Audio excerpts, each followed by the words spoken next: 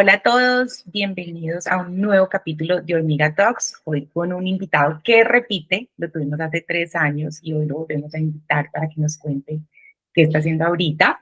Él es Ramiro Grisales, consultor en compras y abastecimiento estratégico.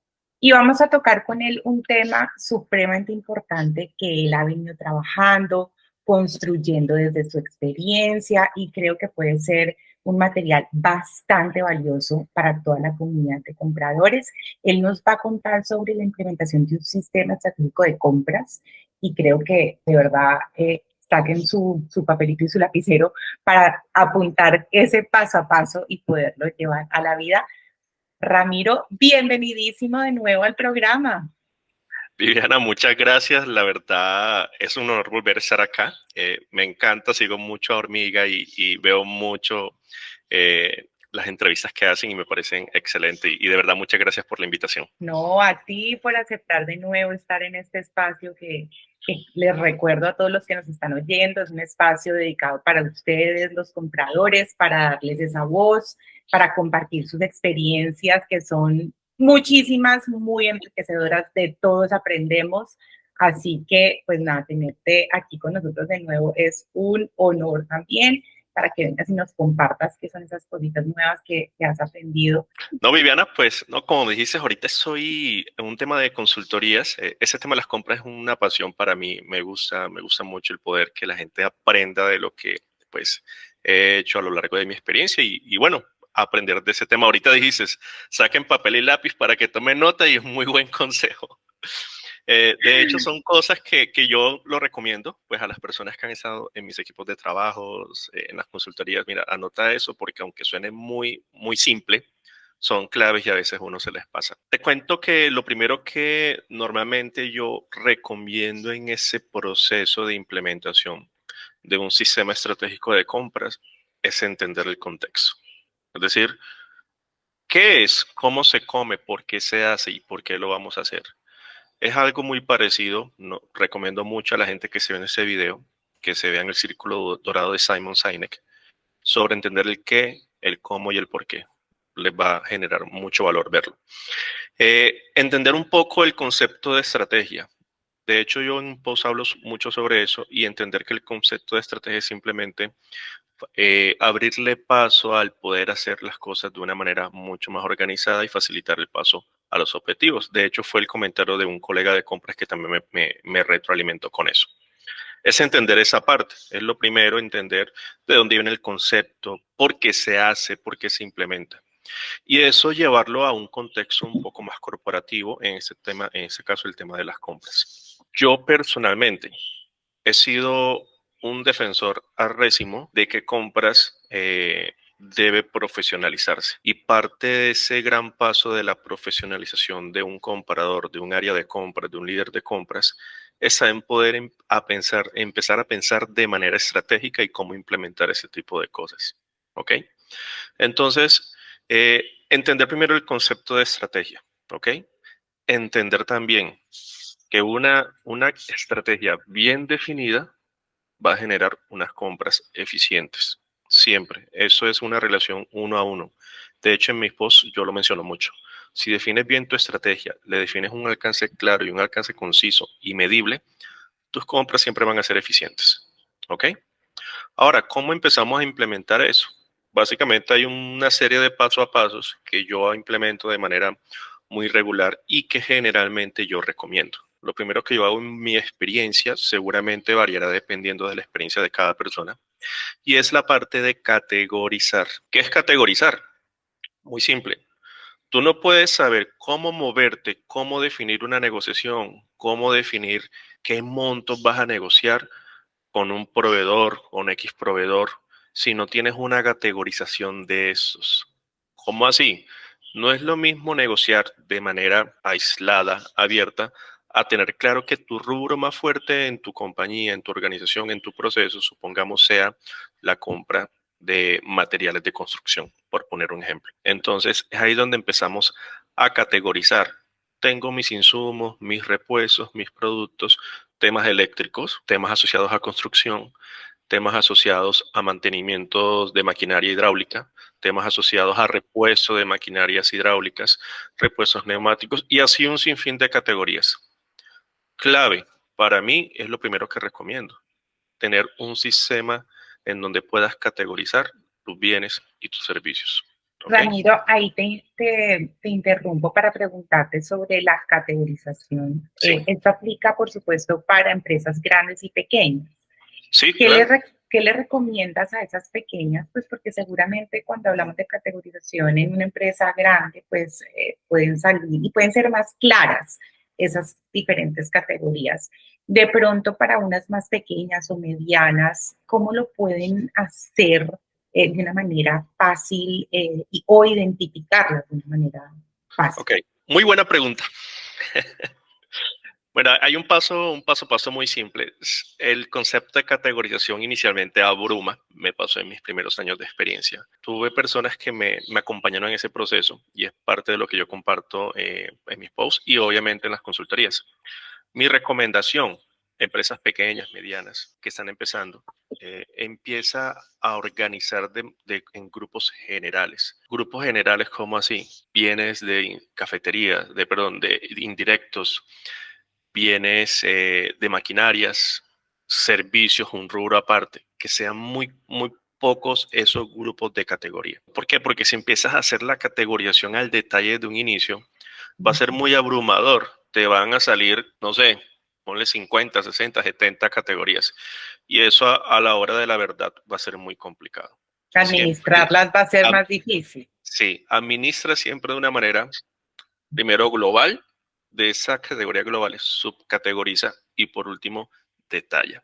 Hay conceptos, hay formas de hacerlo. Mi recomendación, como para que tengan un contexto, pues yo recomiendo usarlo, no consultarlo, más no implementarlo porque es mucho más complejo.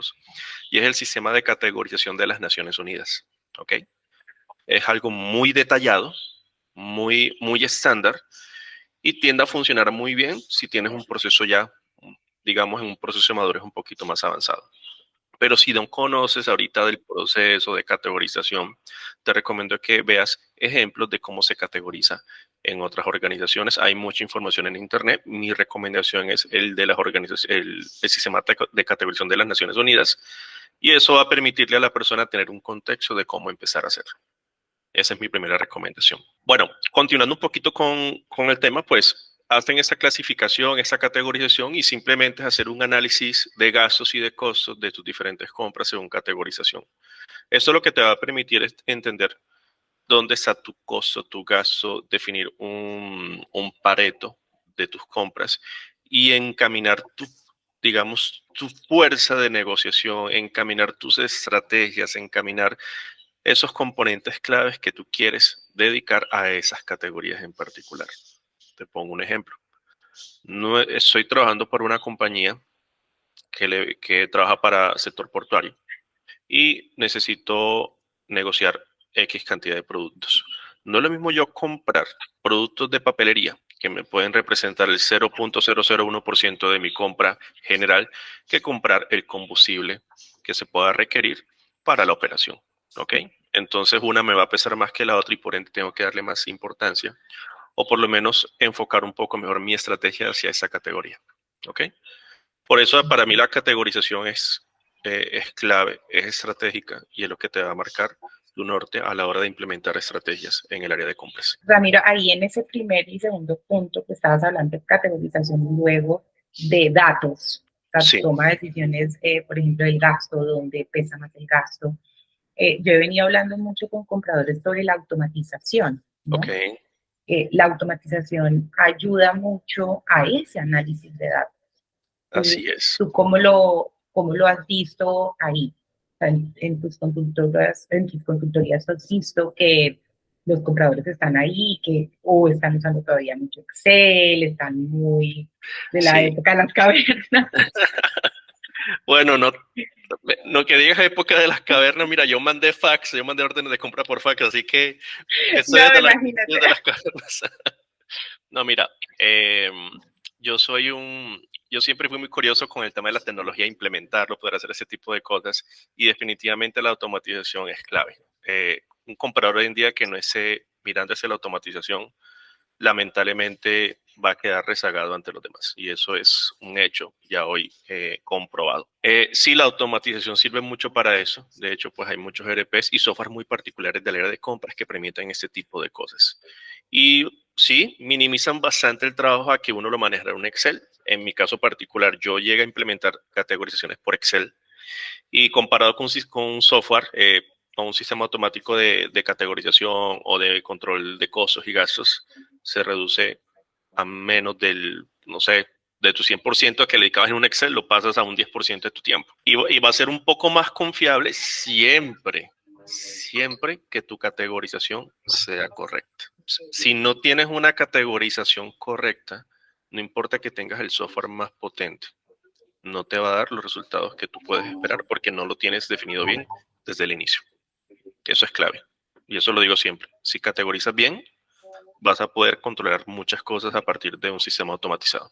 Bueno, ese es el primer paso, Viviana. Pues hago mucho hincapié en ese porque para mí es muy clave. El segundo paso que yo también hago, bueno, es un paso muy paralelo a la categorización, es la selección de proveedores.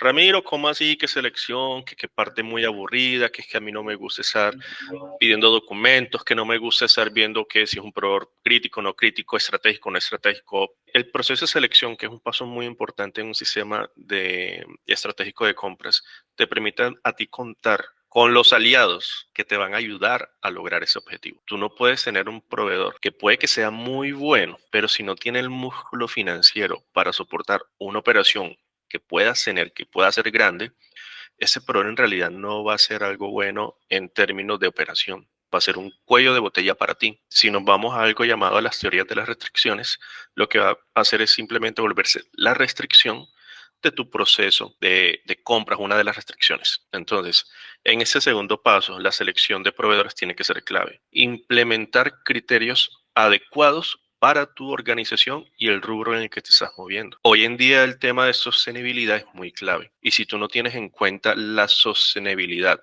en esa selección de proveedor, pues obviamente vas a quedar también rezagado ante otras muchas cosas. Tener claro también para ti que es importante si a la hora de evaluar o seleccionar un proveedor que tenga ese músculo financiero, que tenga esa sostenibilidad que te va a ayudar a apoyar a tus stakeholders a tu alrededor. Si vas a tener en cuenta que ese proveedor tenga unos certificados que a ti te van a ayudar a garantizar la calidad de tu producto, de tu servicio, son cosas que debes tener a la hora de seleccionar un proveedor. Si tú lo tienes bien definido, vas a poder contar con un abanico de proveedores que son, digamos, 1A, algo así tipo Mercado Libre que te pone empresa Platinum, oro, bronce, algo así. Tú cuando tienes proveedores de confianza, confiables, obviamente tu gestión va a ser mucho más adecuada, mucho más estratégica también y vas a poder contar con aliados, más que empresas y proveedores, aliados. No ves a tu proveedor como una empresa más, míralo como un aliado. Yo he visto muchos, esa es la tendencia, porque también había visto que muchos compradores o usuarios también tenían esa posición de poder frente al proveedor. O sea, como yo soy el jefe, tú me cumples o me cumples, y eso ha cambiado. Como el comprador y así mismo el usuario percibe al proveedor, ¿no? Pasaron de esa posición de poder a quién es mi partner, quién es mi aliado, con quién yo puedo contar en los momentos más difíciles. Por ejemplo, nos contaron experiencias como la pandemia, que se quedaron con esos que en realidad los ayudaron a salir adelante, se ayudaron mutuamente y lograron salir desde el hueco en el que quedaron en estas circunstancias que nos tocó vivir. ¿Tú lo ves así? O sea, ¿tú ves que ha sido esa transición? O sea, ¿lo has percibido?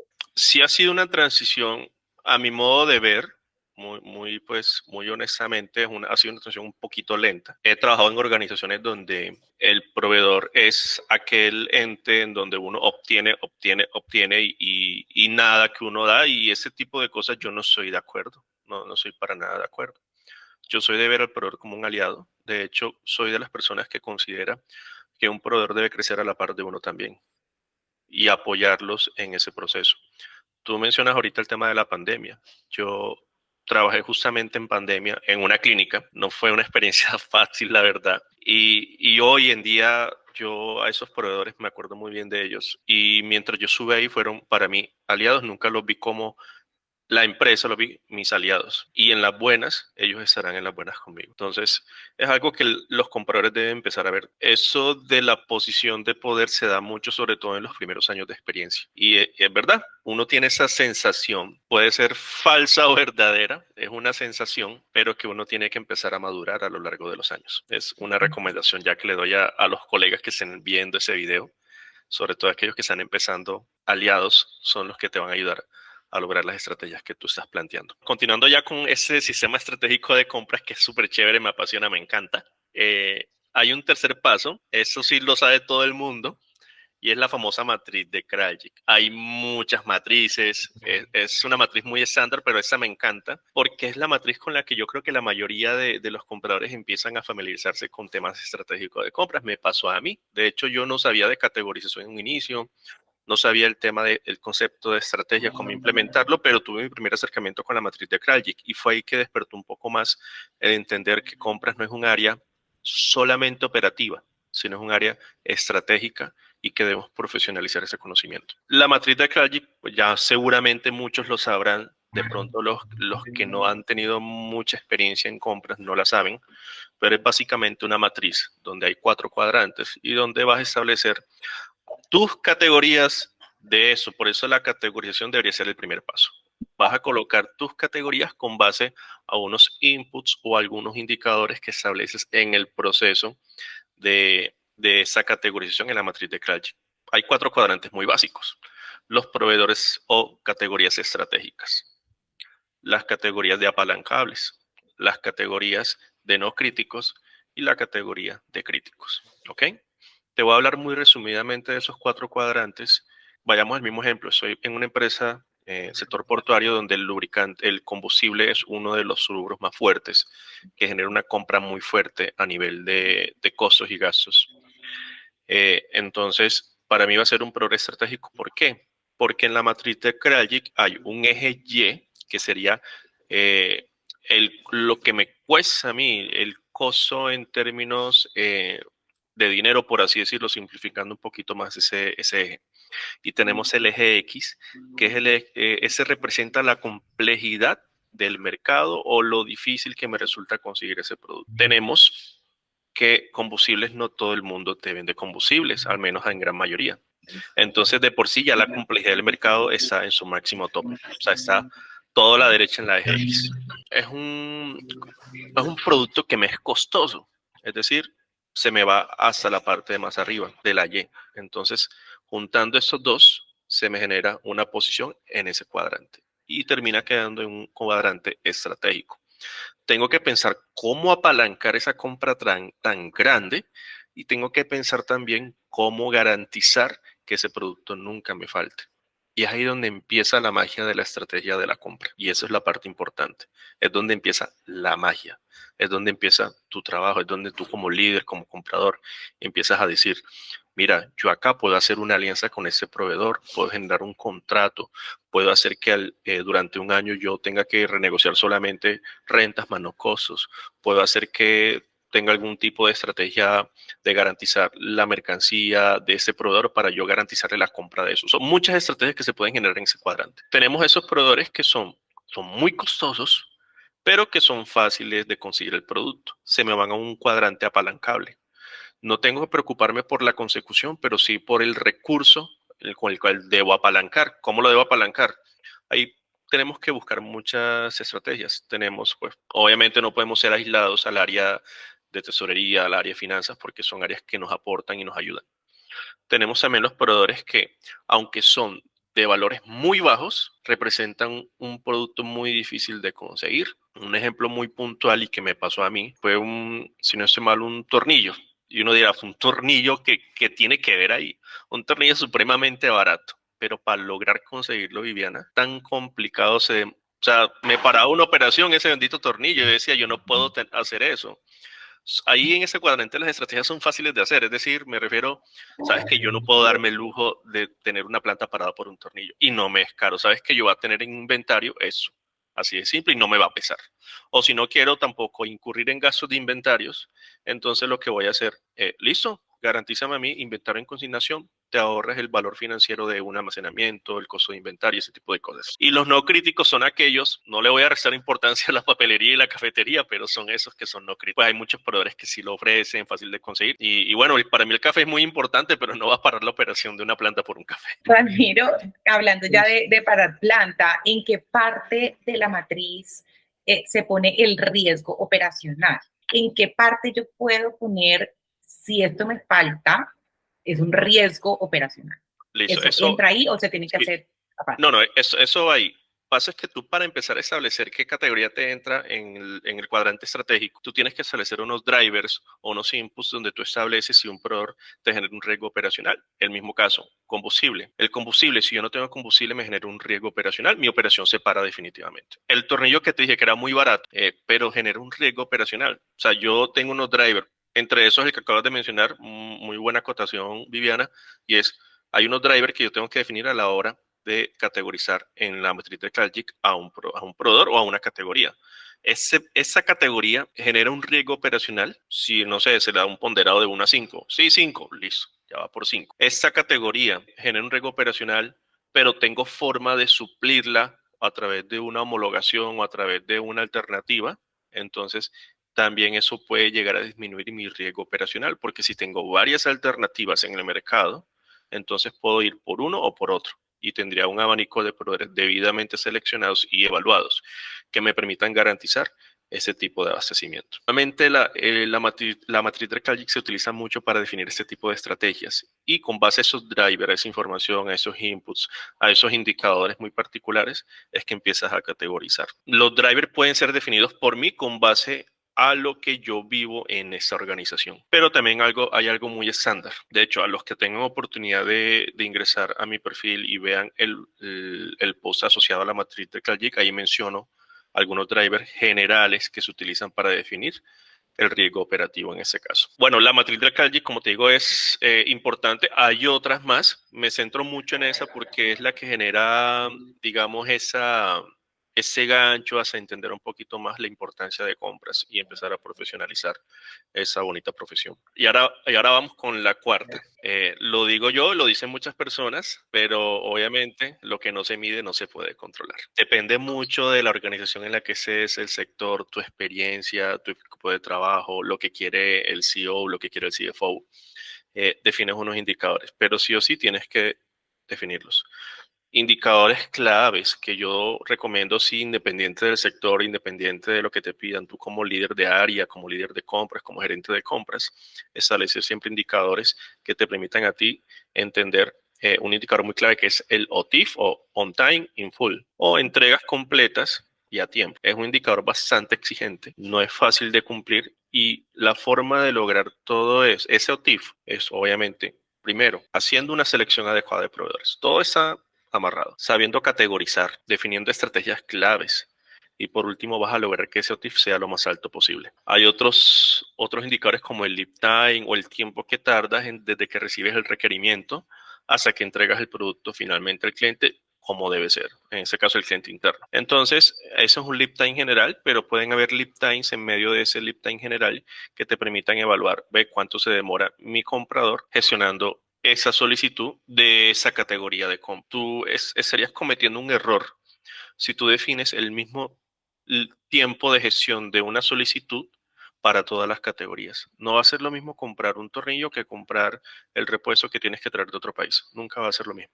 Entonces hay que definir bien los diferentes lead time. Es un nivel de detalle bastante fuerte que pues no es fácil de implementar. Yo no lo he implementado al 100% tampoco, pero si se tiene disciplina y se logra hacer, seguramente se va a poder. Uno lo hace mucho con las categorías claves, no con todas las categorías que tengas. ¿Para qué? Porque tampoco puedes venir a exigir, no, tú me tienes que gestionar eso en 2 días, cuando claramente el proceso de cotización de un proveedor se puede llegar a demorar 8 días. Y bueno, ya tenemos otro tipo de indicadores, las evaluaciones de los proveedores también es clave. Tenemos indicadores de ahorros. Los indicadores de ahorros, yo tengo un dicho, no sé si le gustará a la gente, pero algunos indicadores son indicadores del diablo para mí. El de ahorro es muy interesante, pero a veces puede ser un indicador del diablo para mí. Pero es la forma en como uno lo sepa, porque O sea, hay tantas aristas en ese indicador que yo recomiendo pues cogerlo con pinza y analizarlo bien y no implementarlo a nivel general, sino por categorías incluso. O sea, comparar un margen de ahorro con una compra de $1.000.000 comparada con una de 20 millones de pesos, no tiene comparación. No la tiene. Entonces hay que saber cómo definir bien ese indicador y saberlo vender. ¿Por qué? Porque la persona que más le va a importar ese indicador va a ser a la persona financiera. Y seguro es él el que te pone ese indicador y te lo va a preguntar en todos los comités directivos. Bueno, ¿usted cuánto me ahorró? Cuando has hecho todo un trabajo detrás estratégico súper interesante que también puedes mostrar. Sí, de hecho, y lo acabas de decir, yo en un inicio lo implementaba libre, muy feliz de la vida. Luego cuando me di cuenta de todas las consecuencias que eso traía, dejé de hacerlo, pero me decía, Ramiro, ¿y el indicador de ahorro dónde está? Y ya lo empezaban a exigir. Yo obviamente exponía todos mis puntos, explicaba, mira, eso, por eso hay que definirlo de esa manera y todo eso. Pero tú mencionas ahora que es muy importante, Viviana, y es el tema estratégico suena bonito, suena muy lindo, te ayuda a generar eficiencias, eso sí, pero tienes que saber traducirlo en ahorro. Tú como comprador, cuando tú estás en esa área, todavía se tiene la falsa concepción de que eres el regateador y eso no es así. Pero no se puede quitar el hecho de que tu gestión también está para generar un ahorro. O sea, tu labor tiene que generar un tipo de ahorro, no por el regateo, sino por la implementación y la eficiencia operativa que generas en todos estos pasos. Y los que vean eso, no, o sea, los compradores no son regateadores, lo siento mucho, no lo son, no lo son. Me encanta todo lo que acabas de decir, o sea, creo que eso resume tanto una labor valiosa del comprador y creo que hay veces se autoperciben regateadores sin querer. De pronto también es por los inicios o porque apenas están adquiriendo la experiencia, pero siento que lo que acabas de decir, no sé, interiorizarlo puede ser, o sea, como un chip que deben cambiar y mostrarlo ante su empresa, cambia todo el escenario y la percepción. Así es, eso, cambiar ese chip no es fácil. Yo en mis primeros años era, ve, yo necesito ese descuento, luego llamaba al otro, dame otro descuento, eso no me sirve, bájalo, bájalo, bájalo más. Y es una estrategia muy, ¿cómo decir? Cortoplacista no puede ser también. No, o sea, ni cortoplacista, es decir, tú estás matando iniciativas de proveedores, Exacto, esa, como de esa, inmediato, como sí, de... exacto, entonces eso no genera, ahí no está el valor, ahí no está el valor. Ahora, yo no voy a decir que pedir descuentos no es que no sea una labor que vamos a hacer, claro que sí, pero hay que saber hacerlo. Es decir, porque vi que me dijeron, Ramiro, es que eso está muy caro. ¿Porque está caro? Hay que empezar a hacer un análisis. Entonces, ahora volvemos al tema de la categorización. Si yo hablemos muy puntualmente de la papelería, cafetería, que son productos un poquito más simples de entender. Si yo mi rubro de monto de papelería y cafetería me suma, no sé, 3 millones de pesos, pues no es un monto despreciable. Yo podría llegar a negociar con base al proveedor, garantizándole a ese proveedor, te garantizo a ti que por un año te voy a comprar eso, hagamos un contrato marco, hagamos una orden maestra, pero eso sí, necesito en contraprestación que me generes algún tipo de ahorro porque te estoy garantizando a ti una compra recurrente y obviamente te estoy garantizando todas las cosas asociadas al proceso. Te vas a ahorrar un proceso de cotización conmigo, no vas a tener que estar compitiendo con otros terceros y de esa manera, pues tenemos una relación muy cordial, muy amable, pero todo es, como te digo, es una cadena de favores. Y yo te hago crecer a ti, tú vas a poder renegociar con tus proveedores también una mejor compra, porque vas a poder consolidar negociaciones y así obviamente yo me veo beneficiado. Ahí es donde cobra sentido el poder pedir, ¿sabes qué? Mi presupuesto de papelería es santo, necesito tratar de que me ayudes a llegar a eso y así. O sea, ya empieza lo que es la negociación, que aquí yo no lo he metido porque es un tema totalmente independiente, pero ya empiezan las tácticas de negociación, definir tu MAN, que es el mínimo a la alternativa, definir obviamente los presupuestos, ya otros detalles que pues se salen un poquito de contexto del sistema estratégico de compras, pero ya empieza una parte diferente, pero que lo puedes hacer con base a un sistema estratégico de compras. Pues así como para darle herramientas a la gente. Supongamos que yo soy nueva en esto, pero me van a contratar en una organización para crear un área de compras nueva porque no existe. Esto sería una herramienta, por supuesto, súper valiosa, o sea, partir de un sistema, porque ya estás organizado, o sea, porque vas a entrar organizado.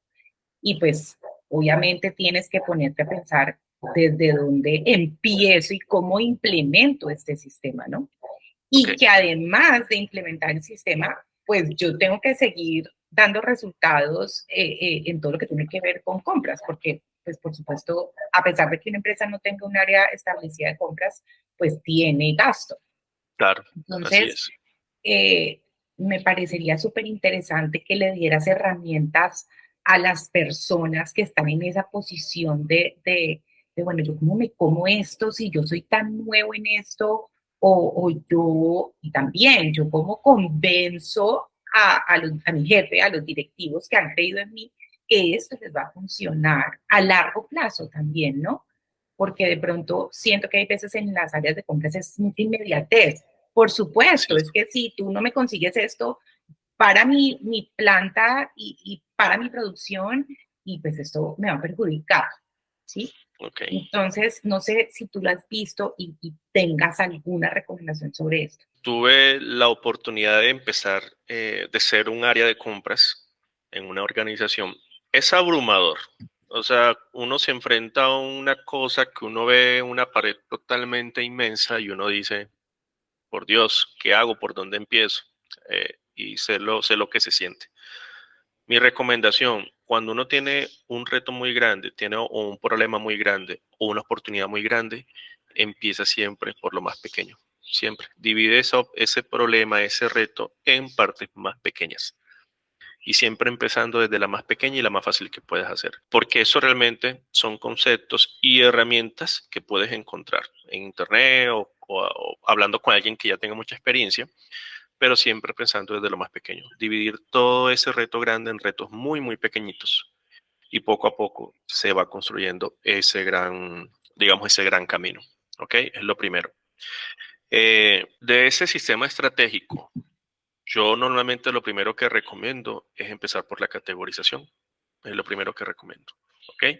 Ahora, hay una serie de cosas que uno necesita tener antes. Informes de compras, tener una información. Y si eso no lo tienes todavía, necesitas construirlo primero. ¿Ok? Necesitas construirlo y es parte importante de todo eso. Información. Si o sea, todo eso es con base a información. Si tienes la información y la sabes manejar, vas a poder darle un mejor uso a todo eso. Ahora, ahorita me preguntabas, ¿cómo le vendo yo eso a la directiva? Eh, ahí es donde yo insto mucho al tema del profesionalismo del comprador y empezar a vender ese tipo de cosas ante la gerencia muchas veces no es fácil. Y es uno de los primeros retos que uno se encuentra. Normalmente uno, el dueño de la empresa, el gerente general, él dice, muy bonito tu matriz, muy bonito eso, pero dime a mí eso cómo me beneficia a mí en términos monetarios. Y lo voy a reducir solo a eso.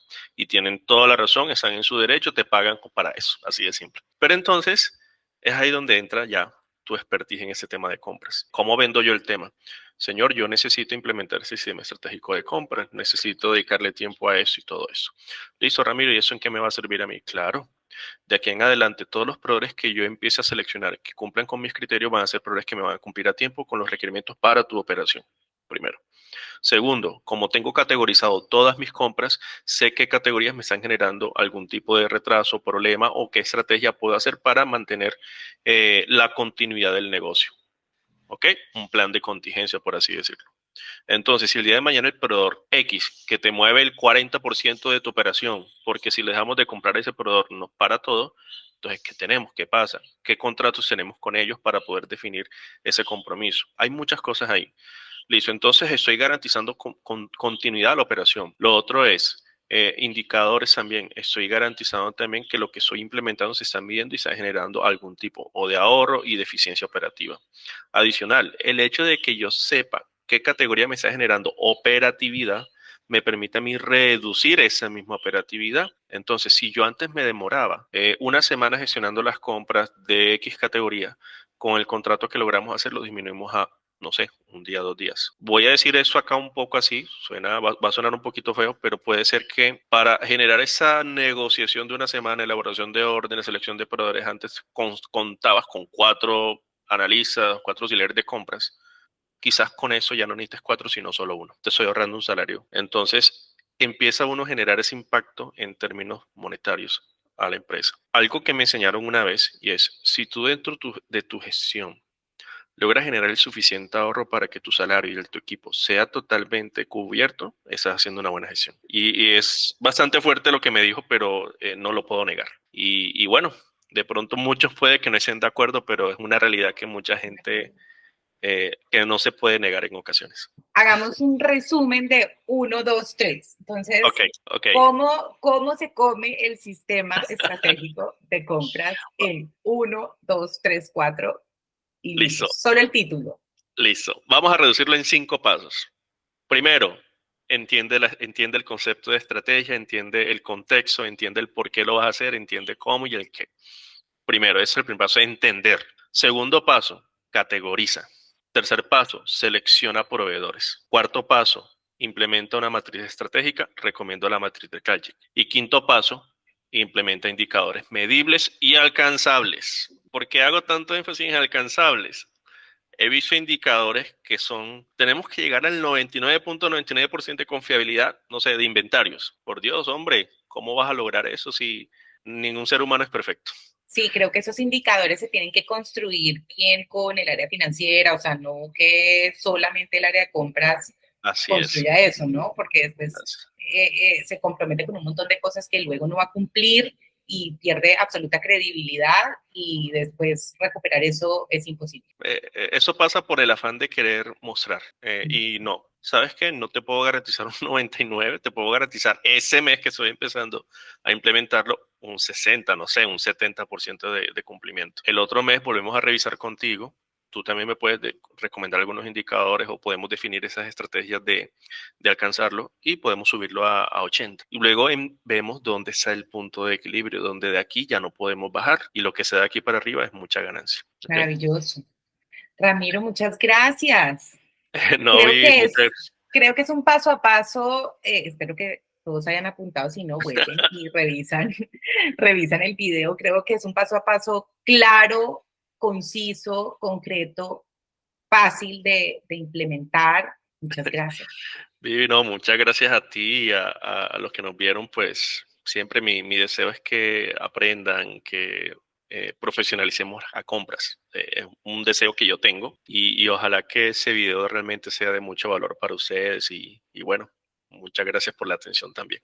Estoy segura que así va a ser. Si tienen preguntas para Ramiro, si quieren profundizar en algún tema del que se haya hablado, por favor déjenos sus mensajes, mándenos un correo y pues nada, se lo pasamos a Ramiro o le hablan también a él directamente por LinkedIn. Totalmente, no hay problema.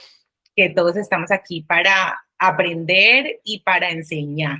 Este es un espacio para todos ustedes. Creo que esto es una de las formas más fáciles de profesionalizar compras. Entonces, pues, muchas gracias a todos que nos vieron hoy. Síganos en nuestras redes sociales y esperen el siguiente capítulo.